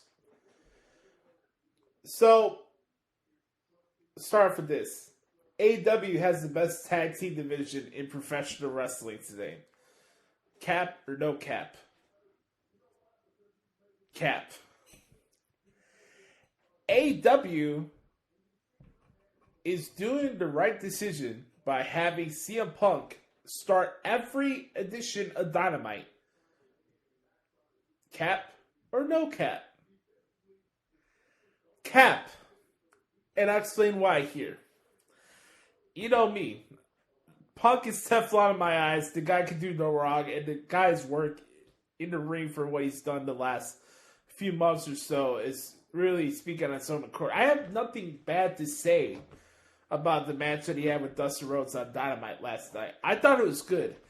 But Tony Khan is so desperate to try to recreate the reaction that he got from that Rampage entrance when Punk made his first debut. Pittsburgh is not Chicago. And I get it, AEW has hot crowds and blah, blah, blah, blah, but you're not going to rekindle that same energy that he had from August 20th. You're just not. It's just different. That's never going to be topped. And I say it to the cows go home that AEW is obsessed with dropping their load on every edition of Dynamite. And I've sounded like a broken record here because the format of the show just doesn't seem to change.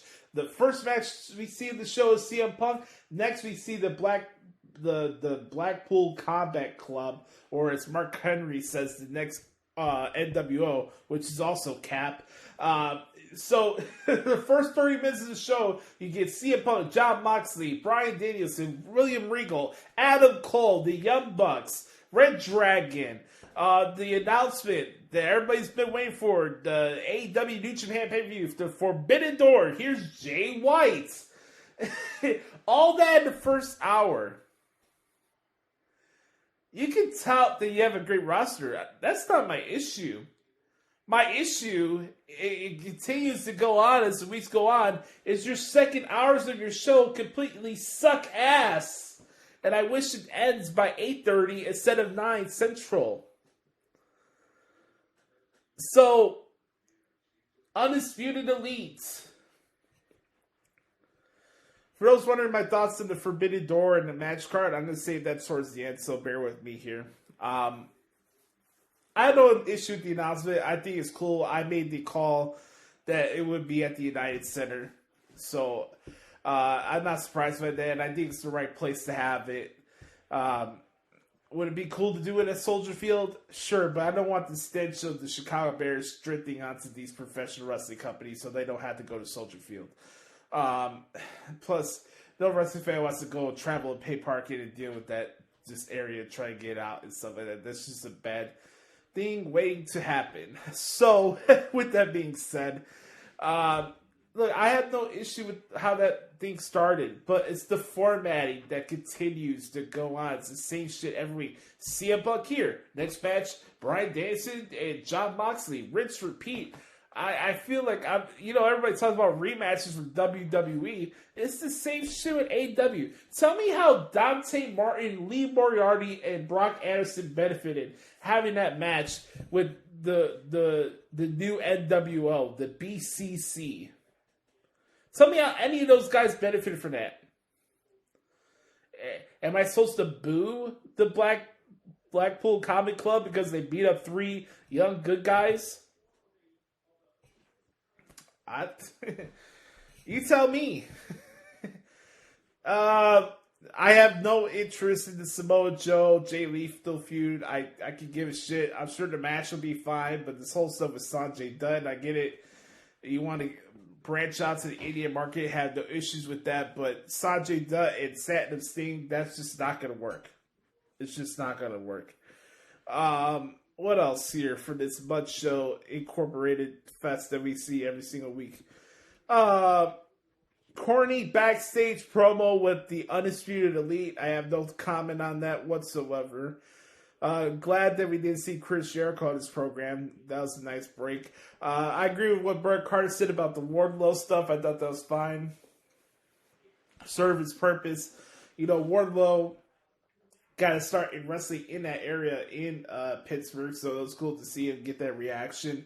I do agree with some of the comments MJF said about Pittsburgh, so I thought that was pretty funny. More to Bret Carter's point, I also enjoyed the House of Black promo. They're cool and nice individuals, but I just don't know where they're going to go next with that group. It's very odd, and they'll probably just have another match with the Death Triangle, right? Jungle Boy and Kyle O'Reilly, a match in my opinion that overstayed its welcome. I like Jungle Boy, but he could be a lot better and less generic in the ring. And scrap the Jungle Boy name, get rid of the freaking Dino douche, and start doing your own stuff, man. And I say it every week, but Kyle needs to make up his mind where he wants to be an MMA fighter or a pro wrestler, because it's getting kind of ridiculous now. I disagree with Bert Cos about the Jake the Snake stuff. He's become useless on the show just as much as Tony Blanchard's been useless on AEW. So it doesn't benefit Lance Archer, and Lance Archer's going to take the L to Wardlow. Rinse, repeat. Next. Eddie Kingston and Daniel Garcia on Rampage this Friday. Let's hear what Eddie has to say. On Rampage, me and you, Garcia, and your JAS, all your friends and your King Jericho, not allowed in the building. Santana Ortiz, not allowed in the building. So it's just me and you, partner. Jericho, watch what I do to Garcia. Because everything I do to Garcia, I'm going to do to you. Everything I do to Garcia is meant for you. I'm going to have fun with you, boy. I'm going to whip you real good. And when it's all said and done, all your friends and family in Buffalo ain't going to recognize you. You reap what you sow. But people like me, I don't sow, my man. I just reap. So good stuff there. I like that promo. I thought the promos backstage, the backstage sessions this week on Dynamite were fine. Like I said, I there's not much for this episode of Dynamite that just really pissed me off. I'll get to that in just a second, but this episode of Dynamite was just there for me. I was kind of indifferent to it. I wasn't upset. I didn't think it was a great show, but I don't know. Something like this threw me off. So again, you're trying to build up Hook as his next like real legit shoot guy, and he's the paying off the lineage of his father and stuff like that. But you're having him interact, and his first real actual feud is going to be with fucking Danhausen. I don't consider that stuff a QT Marshall feud. That was a one-off thing just to get him on the pay-per-view. So literally the first program the Hook is really going to have is with fucking DANCLAHNSEN. Jesus Christ. Let's get back to positivity. Men of the Year just absolutely obliterating the douchebag that is Sammy Guevara. I guess it's just screw us, screw the fans, screw all the people that supported you and got you where you are right now by watching your stupid vlogs. Well, guess what? The feeling in this room right now, it's not screw us. It's screw you, Sammy. Oh, screw me? Oh, shut the hell up, Sammy! There's not a single ass in a seat tonight that came here to hear Sammy Guevara talking to a microphone. And the only reason the Men of the Year aren't in the ring right now, ripping your head off their body and putting 12 stitches in your ugly ass face, is because Dan Lambert decided tonight is about business. So shut your mouth, open your ears, and listen to Dynamite Dan. My grandfather said youth is wasted on the young. Because you've got these big dreams and the energy to go anywhere you like, you just lack the experience to make wise choices along the way.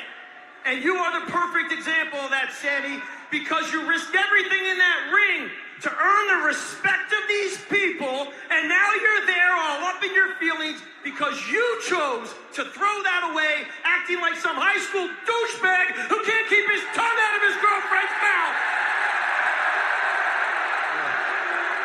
Well, you get to make one more choice tonight, young man. You either give Sky his rematch, or I send these two men to the ring right now and give you the type of pounding your girlfriend dreams about.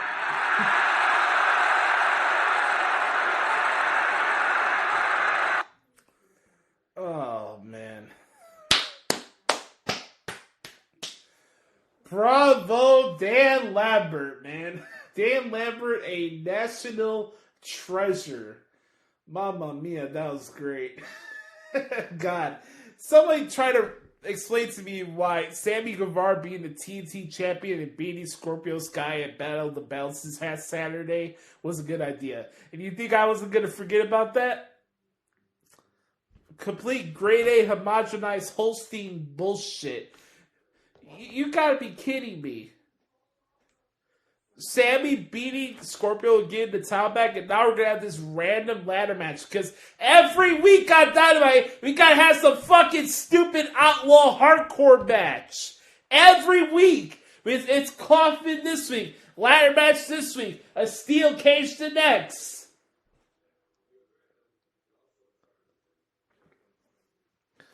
Golly, we already get it. It's TV 14. You need some fucking stupid hardcore match to justify that every week?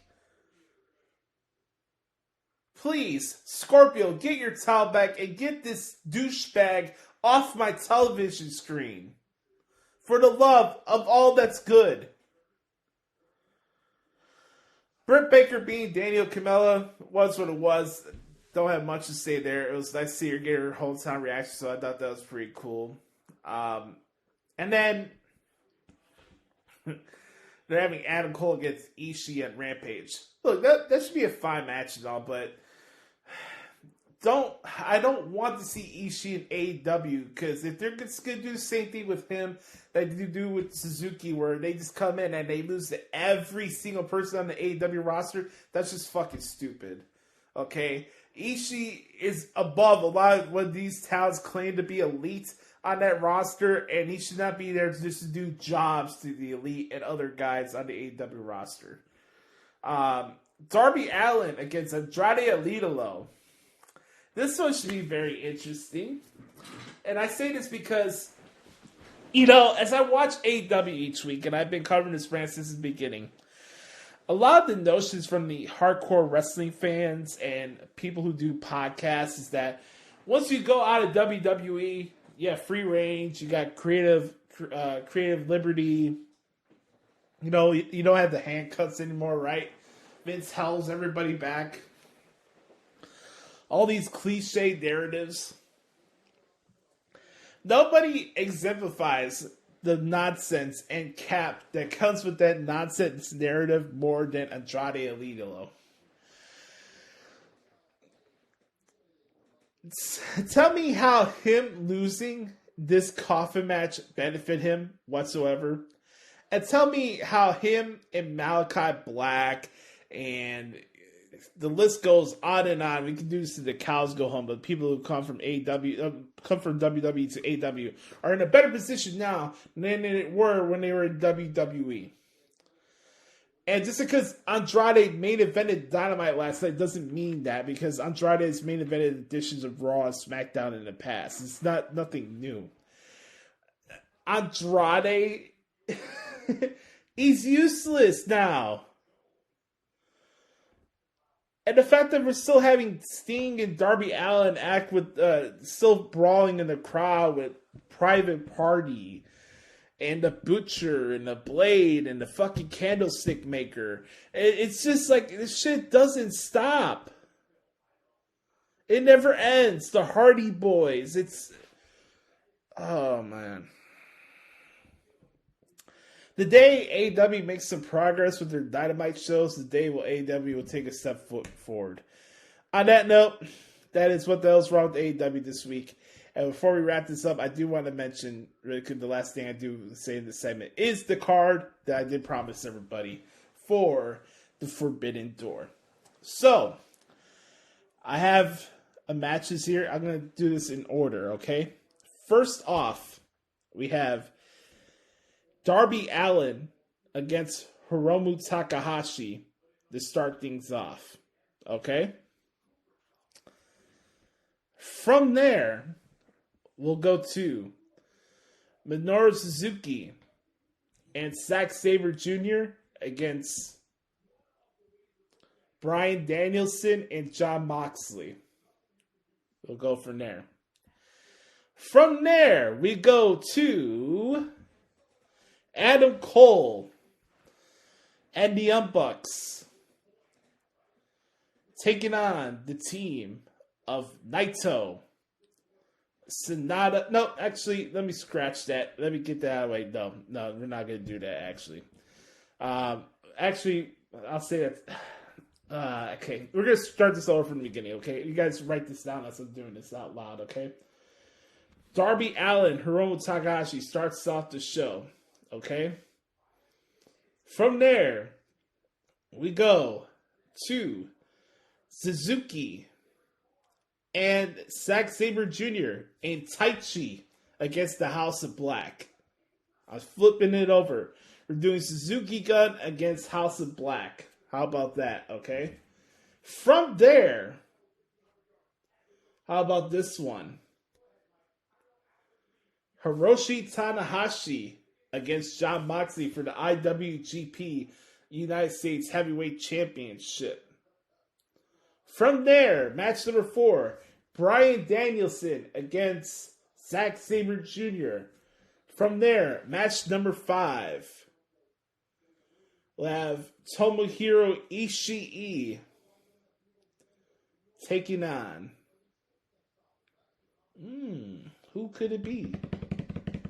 Anybody? Wait for it. Wait for it. We'll have Ishii going 1-on-1 with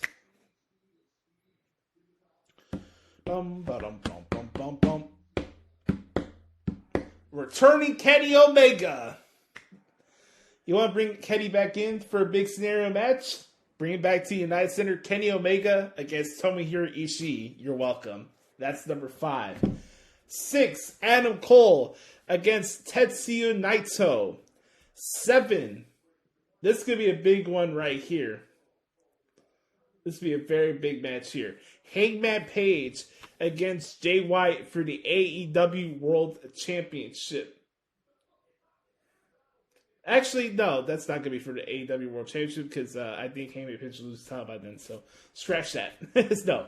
So it'll be Hangman Page against Jay White, okay? From there, I already mentioned Tanahashi, so we don't have to bring him back.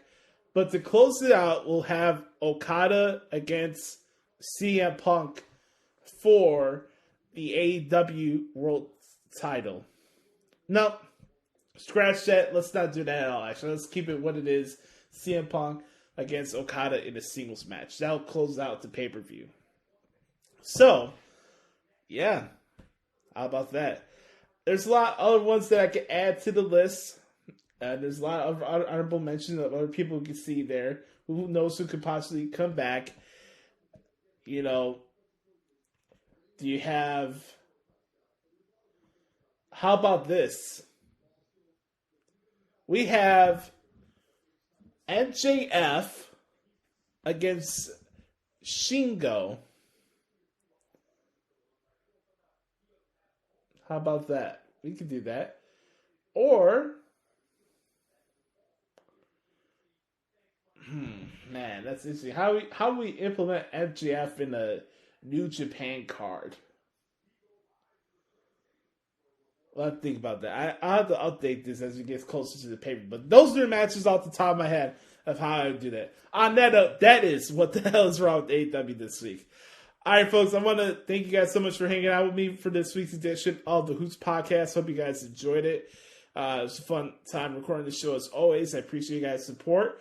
As always, you can follow me on Twitter and Instagram at Josh Lopez Media. Hit me up on my music page as well at Josh Lopez Music. Make sure to bookmark ProWrestlingTranscriptions.com. As always, leave us a 4 or 5 star review on Apple Podcasts or Spotify. And also, subscribe to our YouTube channel, youtube.com/The Hoots Podcast. Support Brother Card's work as well at DerekStoughton.com at WrestlingRumors.net. On that note, I want to remind everybody to be the authentic product that is yourself. And remember, nobody dictates the pace of your life but yourself and the man upstairs. For everybody, I'm Joshie. This has been episode 306 of the Hoots Podcast. Rest in peace, Gilbert Gottfried. Have a wonderful weekend, everybody. Enjoy the Rebellion pay-per-view. And next week, we'll continue on the journey here on the Hoots Podcast. But right now, let's send it out to Brother Carter for this week's edition of the Thoughts of Dericho. We'll talk to y'all next week. I love you guys. Peace. And now, the Thoughts of Dericho. Listen well, man.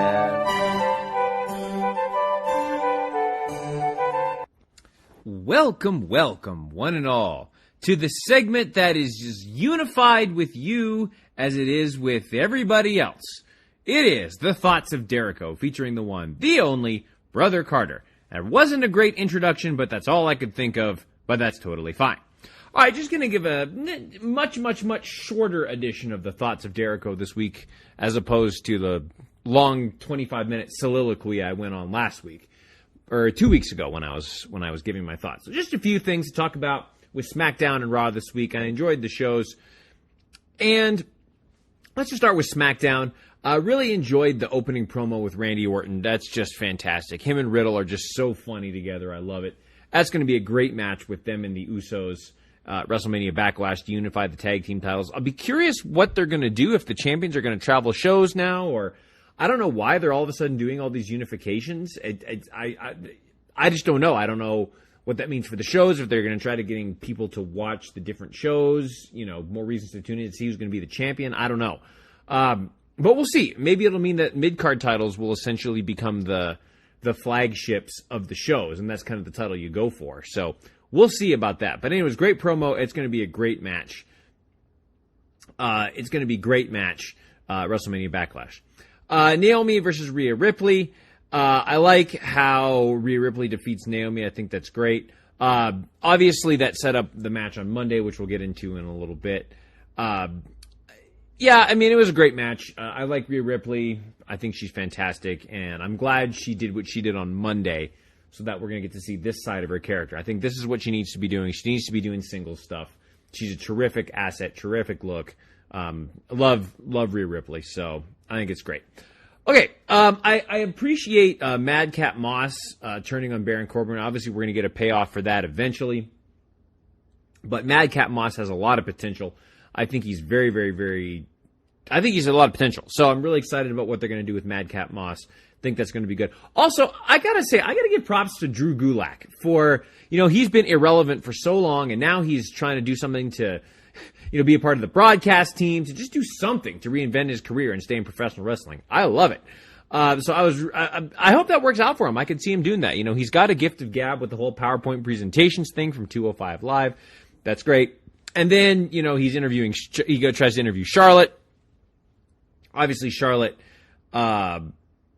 who's trying to be the reporter, like, hey, Rousey would have beat you, blah, blah, blah, blah. Charlotte asked that's out of line, so, she's putting down Drew Gulak, eventually puts him in the figure eight. McAfee with the line, Charlotte Flair even taps out interviewers. That's great. So, really, really, really good stuff. Really enjoyed that. Sami Zayn versus Drew McIntyre. They'll be able to hold that out till WrestleMania Backlash, and that's fine. And then hopefully Drew McIntyre can go against Roman Reigns this summer. I wish there was a longer match versus... I wish that Ricochet and Jinder Mahal got more time. They only got about 3 minutes. I wish they had more time with that, because obviously Ricochet is an incredible talent, and I still think there was something for Jinder Mahal when he had that WWE Championship run a few years ago. Josh and I always talked about how exciting that was, so I hope we get to see more of Jinder Mahal in the future, and that's really cool. Love the Lacey Evans stuff. This another great video promo. I love this. And it's going to really make Lacey Evans a top babyface when she gets back to the company, or they could use it as a way to turn her to a complete heel, to be like, I'm going to take all my aggressions out on everybody kind of thing. So I don't know where they're going to go with that, but I love that Lacey Evans is back and is doing all this stuff. I think it's terrific. I really, really, really like that. Let's see. And then we get the main event, Jimmy Uso versus Riddle. That was great. Riddle gets the win, and then leading up to a great match at WrestleMania Backlash. So that's great. Okay, switching gears over to Raw real quick. Let's see. So we got Cody Rhodes. Cody Rhodes has obviously become the mainstay on Raw. He gets the opening promo, really terrific opening promo. Love the stuff with him and Seth Rollins. So that's really terrific. I'm so happy that Cody's getting his shot, and I really think he's going to be the one that defeats Roman Reigns and takes the title off of him, because there's really nobody else that can do it unless it's McIntyre. But I think it has to be Cody Rhodes. It has to be. He's got to be the one that takes it off. Man, I don't know when you can do it. I don't think you can hold it all the way out to WrestleMania. I'm thinking that will happen at SummerSlam, but we'll see. But I think it's going to be Cody Rhodes. That is the one. Okay, so Sasha Banks and Naomi versus Liv Morgan and Rhea Ripley. Overrated Banks and Naomi get the win. And then finally, Rhea Ripley turns heel, is off on her own. That's awesome. Another great promo with Sonya Deville and Bianca Belair. Really looking forward to having their match next week on Raw. Don't be surprised if Sonya Deville wins the Raw Women's Championship on Monday, because they are in Bianca Belair. No, are they in Bianca Belair's hometown? Yes, I think they are, because they're in Knoxville. I think that's right.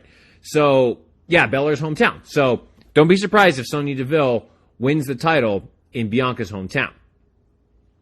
Veer Mahan defeats a local competitor in 1 minute. I love Bianca Belair paying $1 for her fine. I thought that was hilarious. That's great. Okay, I know a lot of people are upset with the Ezekiel thing because, like, oh my God, they changed Elias. It's terrible. It's over. It's oh my God, the world is over because WWE made a character change. Ezekiel and Kevin Owens stuff was great. He passes the lie detector test. I thought that was great. And then he defeats Chad Gable. So that was really terrific. I'm curious to see where they go with Ezekiel. I mean, Elias they weren't doing anything, so why not change it up? And obviously with what happened with Kevin Owens at WrestleMania and him having the opportunity to work with Stone Cold Steve Austin, they obviously see a lot in Kevin Owens. So the fact that he's going to work with Ezekiel is great, and I'm really looking forward to that. Street Profits defeat RK Bro with after some interference by the Usos. God bless. It's just the playing of the music, but God bless. I mean, Montez Ford. I'm so impressed with him every single week. Montez Ford needs to eventually break out on his own. He could be a single star, no problem. I love Montez Ford, and I like Angelo Dawkins too. Don't get me wrong. I think they both have potential, but I think they can need to go on our own. Montez Ford is the superstar of that team, no doubt about it. I love this new Edge and Damian Priest stuff. I think it's absolutely terrific. Edge once again reinvents his character. Again, I never think they should have gotten away from the original Damian Priest with his theme music and stuff like that, the Archer of Infamy. But I do like this new version of Damian Priest, and I think it could lead to some great things in the future. He's obviously going to get a huge rub working with Edge. Edge has got they cut great promos. I mean, this is going to be fantastic, and we're going to get another great match between the two of them in just a bit at WrestleMania Backlash. Let's see. Theory defeats Finn Balor to become the new United States champion. Which, I'm not surprised about this. Again, WWE is all in on Austin Theory. They think he's the next, he's going to be the next superstar, the next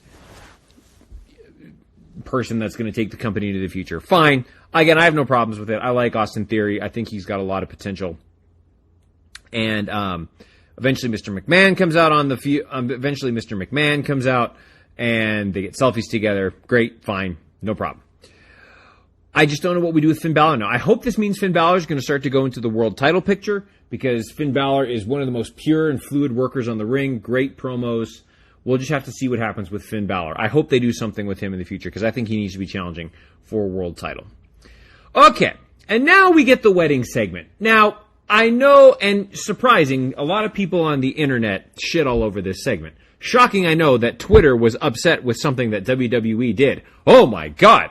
Twitter is the end-all, be-all of everything that WWE does. Sorry, Twitter, but this isn't AEW, and you don't get to dictate what the company does. Now, honestly, was this segment great? No. I mean, it was fine for what it was. R-Truth was the star of this. He actually did the best he could with it. I mean, like I said, was this a good segment? No. But it wasn't the worst thing that WWE has ever done. Like, fine. Whatever, it's a storyline, fine. 24/7 championship, fine. I mean, I do think that all four of these superstars need to do something else, and this 24/7 thing has run its course, but fine. And then, but R-Truth continues to be a national treasure, and we need to get more of him every week because he's fantastic. And then finally, Cody Rhodes and Kevin Owens come out and deliver a fantastic match. Once again, I know people are upset. Oh my God, he got a count-out victory. Long-term storyline telling, people. Long-term storytelling. If you watch the Bully Ray episode of him on the Broken Skull Sessions, Dr. Glow, he's like, you've got to tell stories in the ring. This is long-term storytelling. This is why I hate when people get so upset because, oh my God, this isn't the finish what we wanted. If you want to dictate what a company does, go watch AEW. Because all you have to do is bitch on Twitter and they'll give you exactly what they want, despite how terrible the product is. but it'll keep the small internet wrestling community happy. And then fine. Well, this is for another segment. But again, if you want a company where you can dictate as the fans what to do, go watch AEW. But this is going to be long-term storytelling after a great match to close the show. So, pretty good stuff from SmackDown and Raw this week. Looking forward to seeing what they do on this week's programming. And those are the thoughts of Dericho for this week. Don't really have a whole lot of a final thought. Just keep hanging in there, folks. We're almost at the end of April, which means May coming up, which means summer coming up, which means more live editions of Brother Carter on the Hoots podcast. Stay tuned. This has been the Thoughts of Dericho. You're smarter now, man.